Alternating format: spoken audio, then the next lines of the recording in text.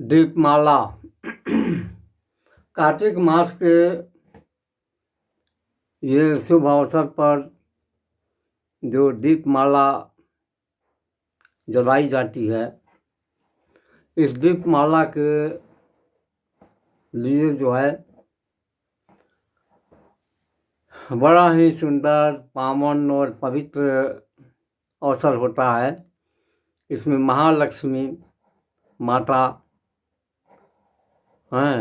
असीम अनुकंपा होती है। कार्तिक कृष्ण अमावस्या के दिन दीपावली का शुभ उत्सव होता है। इस उत्सव में महालक्ष्मी की पूजा होती है धूमधाम से, और दीप प्रज्वलित किया जाता है। हर देश का, हर गांव का, हर जगह का, हर परिवार का अलग अलग रिवाज होता है। अलग अलग अपने स्तर से लोग दीपदान किया करते हैं। महिलाएं अपना दीप सजा करके मंदिरों में ले जाती है और जलाती है। इसके बाद घर आकर दीपक को दीप जलाने का कार्यक्रम करती है। दीपक का पूजा होता है। तो ये एक अग्नि है। दीप शिखा प्रज्वलित होना एक अग्नि है। इस अग्नि को पूजा का महात्म कुछ और है। शरद ऋतु का आगमन होता है। वर्षा ऋतु समाप्त होती है। वर्षा समाप्त होने के बाद शरद ऋतु, ये दोनों के युग्म अवसर होता है। ये इस युग्म अवसर में दीपदान का कुछ अलग ही अपना महत्व रखता है। जैसे शरद पूर्णिमा के दिन आकाश मंडल से जो अमृत निकलता है, तो खीर बनाकर लोग उस ऊपर में शीत में लोग रखते हैं और जागरण भी करते हैं कि कोई जीवा जंतु का उसका परछाई उस पर नहीं पड़ने पाए। उससे ये होता है कि बीमारी का नाश होता है। यानी आश्विन पूर्णिमा जब समाप्त होता है, आश्विन पूर्णिमा के दिन ये खीर बनाया जाता है और ऊपर छत पर रखा जाता है। बहुत से लोग कच्चा नारियल को पीस देते हैं, उसका गुदा सफ़ेद वाला, उसको पीस करके थाली में पसार देते हैं और उसको वहाँ ऊपर में रख देते हैं। बहुत से लोग खीर भी बनाते हैं। कुछ लोग गीला सामग्री, मीठा सामग्री भी रख देते हैं ताकि उसका ऊपर का ऊर्जा जो है, शीत अमृत का ऊर्जा उस पर आ करके गिरे और वो अपना जो है कि नहीं कार्यक्रम करे। और प्रातःकाल भोर में ही 4 बजे के अवसर पर स्नान किया जाता है और स्नान करके उसमें से थोड़ा सा खा लिया जाता है। तो इससे होता क्या है कि कफ का बीमारी, श्वास रोग, दमा, खांसी, हृदय रोग पर इसका प्रभाव पड़ता है और वो उससे बीमारी से लड़ने की क्षमता देता है और बीमारी को आरोग्य भी करता है। तो साल भर तक निरोग रहने के लिए इस प्रकार की प्रक्रिया की जाती है। उसी तरह से 1 वर्ष का आरोग्यता के लिए और साल भर का गरीबी मिटाने के लिए ये दीप ज्योति का पूजा किया जाता है। पहले पूजा करके इसके बाद दीप को प्रज्वलित किया जाता है और जगह जगह पर मकान में उसको जलाया जाता है और घर को सुगंधित किया जाता है। इसके बाद हवन, महालक्ष्मी का आवाहन करके हवन किया जाता है, रंगोली वगैरह बनाया जाता है, मन में प्रसन्नता लाई जाती है, मिठाई बांटा जाता है, बच्चों को कुछ दिया जाता है, गरीबों को कुछ दान में दिया जाता है और शुद्धता से, पवित्रता के साथ जो भी सफर रहा है, जैसा है आप उसी रूप में जो है खाना दाना बना लिया जाता है और प्रसन्नचित्त होकर के खाते हैं। ये दिन सफाई का है।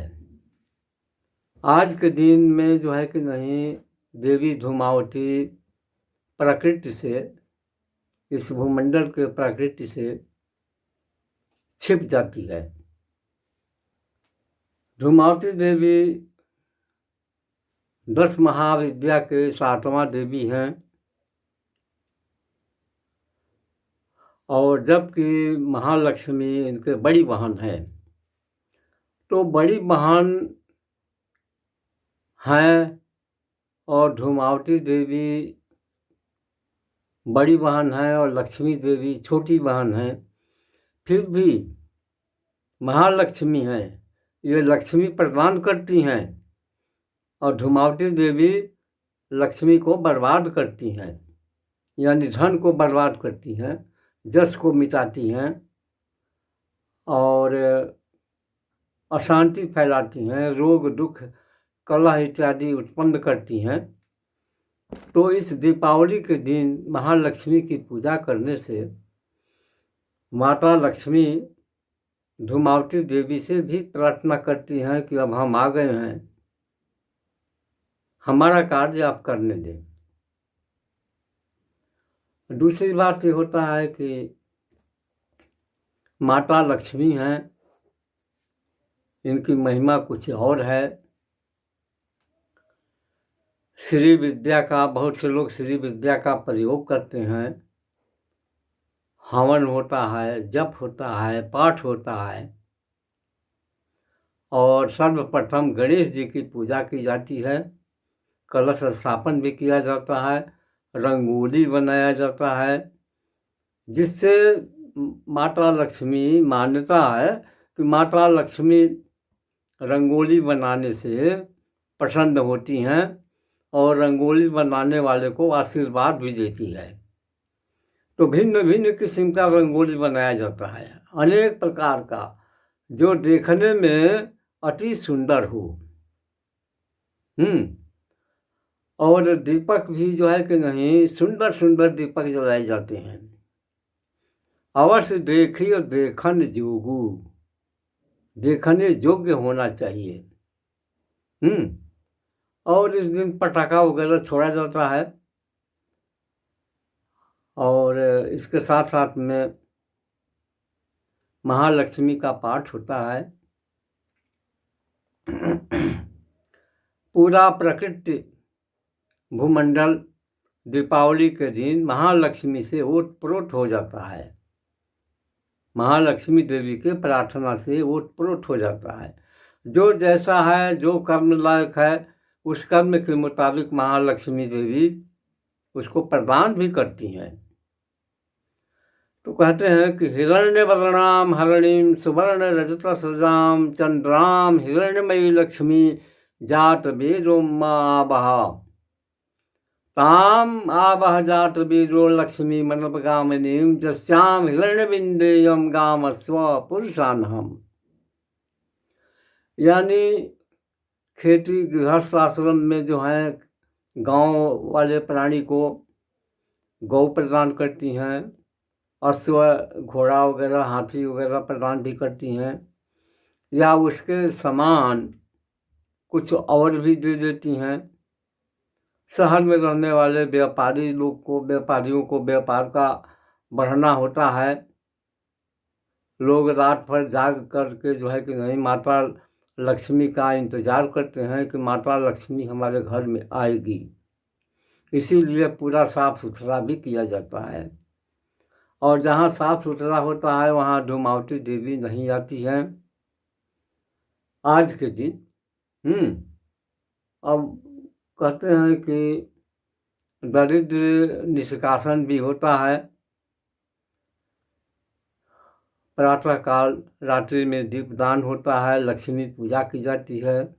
और जो बचा खुचा गरीबी है, दरिद्रता है, उसको जो है कि नहीं, झाड़ू वगैरह से या सूप से लेकर के बजाते हुए हैं, घर के चारों कोना कोना घूम करके बजाते हुए कूड़ा पर उसको फेंक दिया जाता है। इस दिन जो है कि नहीं, सिद्धियाँ भी की जाती है। मंत्रों का साधना होता है, जंत्रोद्धार भी होता है, जंत्र बनाया जाता है, मंत्र साधना किया जाता है, तंत्र साधना होता है। बड़े बड़े तांत्रिक लोग आज के दिन जागरण करके अपनी साधना में रत रहते हैं। जोगी लोग जो है कि नहीं, आज के दिन अपनी योग साधना को जगाते हैं। तीर्थ में रहने वाले प्राणी तीर्थ का सेवन भी अच्छा से करते हैं। आज के दिन कलह नहीं करना चाहिए, क्योंकि कलह में धूमावती देवी रहती है। क्रोध नहीं होना चाहिए। लोभ रहित होकर कोई काम करें, कोई पूजा करें, कोई जाप करें, माता जी का आवाहन करें। मोह नहीं करना चाहिए और दुख नहीं मानना चाहिए। ये मानकर चलें कि हम बहुत खुशी हैं, बहुत खुशहाल हैं, सुखी हैं। माता जी, माँ लक्ष्मी हमको बहुत कुछ प्रदान कर चुकी हैं और आज और कुछ देने वाली है।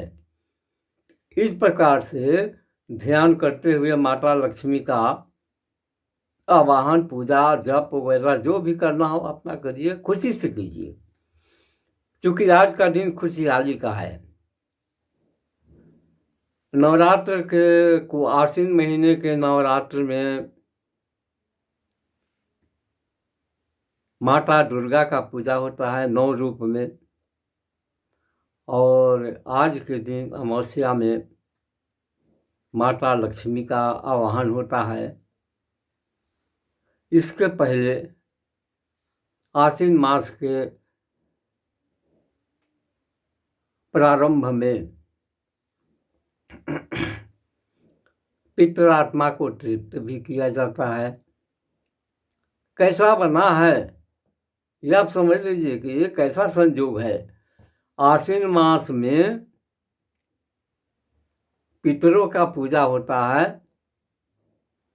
कृष्ण पक्ष में महालया है, पितृपक्ष में। और अमावस्या के बाद जो है शुक्ल पक्ष जो आता है, उस शुक्ल पक्ष में माता दुर्गा की पूजा की जाती है। माता दुर्गा का 9 रूप का पूजा होता है। और आश्विन पूर्णिमा के दिन भगवान विष्णु को पूजा किया जाता है। इसके बाद कार्तिक माह प्रारंभ होता है, तो कार्तिक स्नान भी किया जाता है। बहुत से लोग प्रतिदिन गंगा में स्नान करते हैं कार्तिक मास का। इसका बहुत बड़ा महत्व है, बहुत ही महत्व है। ऐसा महत्व है कि जन्म मरण से जो है कि नहीं, छुटकारा दिलाता भी है, मोक्ष भी देता है, पापों को पाप कटता है कार्तिक स्नान करने से, कार्तिक में दान करने से। कार्तिक में विष्णु का पूजा भी किया जाता है। लक्ष्मी पूजा, गणेश पूजा, विष्णु पूजा, हनुमान पूजा, कुल देवता का पूजा, घर का पूजा इत्यादि जो भी सफल रहा है, आप अपने श्रद्धा के मुताबिक, अपने बजट के हिसाब से लोग पूजा करते हैं। कार्तिक मास तो बहुत बड़ा महत्व है। वैशाख स्नान और कार्तिक स्नान, इसका बहुत बड़ा महत्व है। तो अब कार्तिक माह की अमावस्या है, अब शुक्ल पक्ष लगेगा। शुक्ल पक्ष में जो है कि नहीं, अनेकों त्यौहार होते हैं। चित्रगुप्त जी की पूजा फिर आजकल में होने वाला है। दीपावली के बाद चित्रगुप्त पूजा होगा। गौ का पूजा होता है, अन्न का पूजा होता है, अन्नकूट वगैरह जो है कि नहीं, बहुत से त्यौहार हैं। माता अन्नपूर्णा का पूजा किया जाता है। महालक्ष्मी के दिन, आज के दिन महाकाली और महासरस्वती का भी पूजा होता है। अन्नपूर्णा जी का पूजा किया जाता है। अन्नपूर्णा का परिक्रमा होता है। जितने बार आप परिक्रमा करेंगे उतना ही उसका फल प्राप्त होता है। कोई संकल्प लेते हैं कि हम 1,00,000 परिक्रमा करेंगे और करते हैं, रातों दिन मिलाकर 1,00,000 कर देते हैं। तो कहने का मतलब कि आज के दिन इस कार्तिक माह में पूरा माह अगर संयमित हो जाए ब्रह्मचर्य का पालन करते हुए, तो विपत्तियों का नाश भी होता है। व्यापार में बढ़ोतरी होता है, व्यापार बढ़ता भी है। शत्रु भी शांत हो जाते हैं, मनोनुकूल काम होता है। इस दीपावली में आप जो मांगेंगे माता लक्ष्मी से, वो माई जरूर देगी, देती है, खुले हाथ देती है, दोनों हाथ से लो। तुमने कर्म किया है, कर्म का फल दो। माता जी प्रारब्ध नहीं मिटाती। और दूसरी बात कि कार्तिक स्नान पंचकोशी भी किया जाता है इस कार्तिक माह में, और बड़े बड़े तीर्थ दर्शन। तो कहने का मतलब कि ये एक संयम है, शरीर के लिए, शरीर का विकास के लिए, धन का विकास के लिए, बुद्धि के विकास के लिए, कर्म को आगे बढ़ाने के लिए यह दीपावली का दिन एक संयम है। मन को प्रसन्न रखना सबसे बड़ी बात है। आज के दिन क्रोध नहीं करना है। काम, क्रोध, लोभ, मोह, ईर्षा, अहंकार, इतना हटा करके माता जी को अगर आप पूजा करते हैं तो जरूर सफल होगा। माता जी हैं, देती हैं, सब कुछ देती हैं। माई किसको नहीं देती हैं? जो मांगेगा मिलेगा। अब रह गया बात कि आपको अगर मांगने नहीं आ रहा है तो आप क्या कीजिएगा? चले हैं मांगने कुछ और मांग रहे हैं कुछ, तो वही न मिलेगा। मोक्ष का दिन भी है ये कार्तिक माह। माता तुलसी की पूजा होती है। वट वृक्ष का पूजा होता है। ये कार्तिक माह बहुत ही बड़ा ही पवित्र और पावन महीना है, और इसमें अनेकों त्यौहार हैं, अनेकों व्रत हैं, अनेकों प्रकार का संयम भी है, तो करना चाहिए।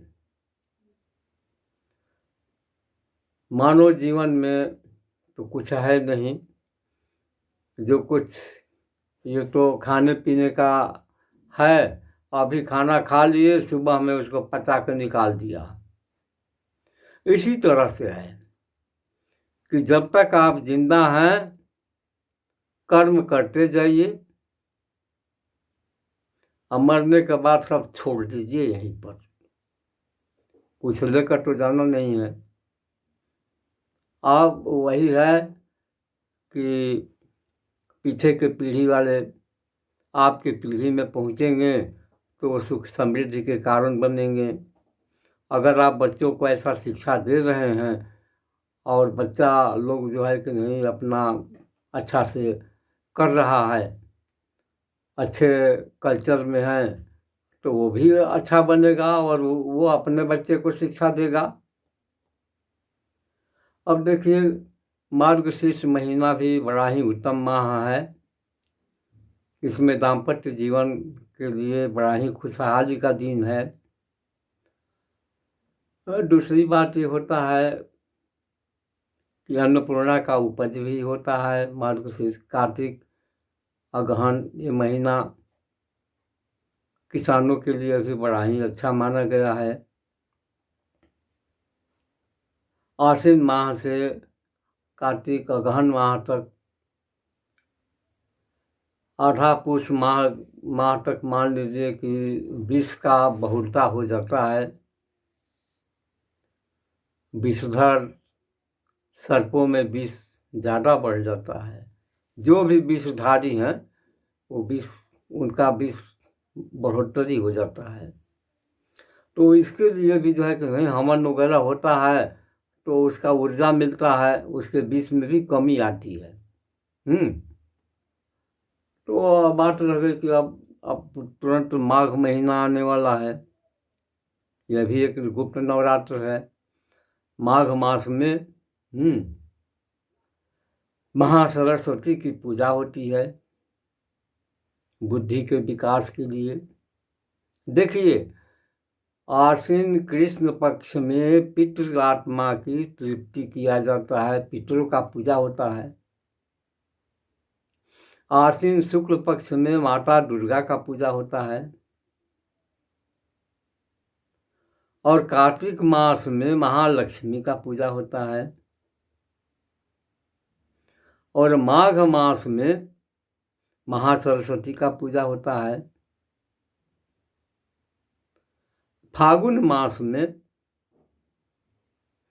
आपके अंदर जितने भी उल्लास हैं, उत्सव हैं वो एक पूजा है। फागुन मास में गृहस्थ जीवन में से संबंधित जो भी विषय है वो सब पूजनीय हो जाता है और पुनः चैत्र माह आ जाता है। चैत्र माह में आप जो है कि आराम से फिर से आप माता जी का पूजा करते हैं। तो शरद ऋतु और बसंत ऋतु में बड़े बड़े बीमारियां उत्पन्न होती हैं और उस बीमारियों के निवारण के लिए ये सब पर्व त्योहार, व्रत, संयम, पाठ, पूजा और माई का कृपा प्राप्त करने से निवारण होता है। तो इसलिए कहा गया है कि ये एक धर्म बन गया है। सभी लोग इसकी पूजा करते हैं, पाठ करते हैं, जप करते हैं। इसके करने से मन का शांति भी होता है। व्रत करने से, उपवास करने से ये सब होता है। अब आज मान लीजिए दीपावली है, छठवें दिन जो है कि नहीं छठ का त्यौहार होगा, भगवान भुवन भास्कर का पूजा होगा। वो भी एक प्रज्वलित है, अग्नि है, तेज पुंज का पूजा होता है। भुवन भास्कर तेज पुंज है। ये दीप पूजा हुआ, ये भी अग्नि का पूजा हुआ। नवरात्र में भी अग्नि का पूजा हुआ। चैत्र के नवरात्रि में भी अग्नि का पूजा होता है। कुमारी वगैरह का पूजा किया जाता है। हैं, आशीर्वाद, सब में आशीर्वाद की आवश्यकता पड़ती है। तो आशीर्वाद लेना कोई खराब बात नहीं है। किसी से भी आप आशीर्वाद लीजिए, दुआ लीजिए, कोई बात नहीं है। हर्षित मन से लीजिए और प्रसन्न चित्त होकर जो आशीर्वाद देने वाले प्राणी हैं, अगर वो प्रसन्न चित्त होकर दे रहे हैं तो कोई बात नहीं है। अगर माता पिता हैं, हर त्योहार में, हर व्रत में, हर अवसर पर उनको प्रणाम करना चाहिए और प्रणाम से आशीर्वाद लेना चाहिए। ये समय है। पितृपक्ष में पितरों को प्रणाम किया जाता है, आशीर्वाद लिया जाता है माता दुर्गा का, उसके बाद आशीर्वाद लिया जाता है। कार्तिक मास में जो है कि नहीं, आज के दिन दीपावली के दिन माता लक्ष्मी से आशीर्वाद लेते हैं। इसके बाद छठ व्रत आ रहा है, सूर्य का पूजा होता है, भुवन भास्कर से आशीर्वाद प्राप्त होता है। इसके बाद महासरस्वती माता से आशीर्वाद प्राप्त करेंगे। तो ये जितने भी व्रत हैं, त्योहार हैं, मन ठीक रहेगा तो आपका आयु ठीक रहेगा और आप संयमित भी रहेंगे और हर प्रकार से विधिवत रूप से जो है कि नहीं खुशहाली भी लाएंगे। अगर मन ठीक नहीं है तो सब पूजा पाठ बेकार है, सब बेकार है, बिल्कुल व्यर्थ हो जाता है, किसी काम का नहीं रहता है। इसलिए मन में गलानी नहीं रखना चाहिए, राग द्वेष इत्यादि सबको हटा करके कोई काम करेंगे तो अच्छा रहेगा। तो ये व्रत त्योहार शरीर को, मन को, बुद्धि को, ज्ञान को ये सब विकास करने के लिए बनाया जाता है, किया जाता है, ताकि आप संयमित रहें, अपने जगह पर रहें। इससे खुशहाली होती है, ये खुशहाली का अवसर है। खुशहाल रहेंगे तो सब ठीक रहेगा और खुशहाल नहीं है तो कुछ भी ठीक नहीं रहेगा। तो आप मस्त रहिए, खुश रहिए। इस दीपावली के अवसर पर हमारा बहुत बहुत आपको बधाई है।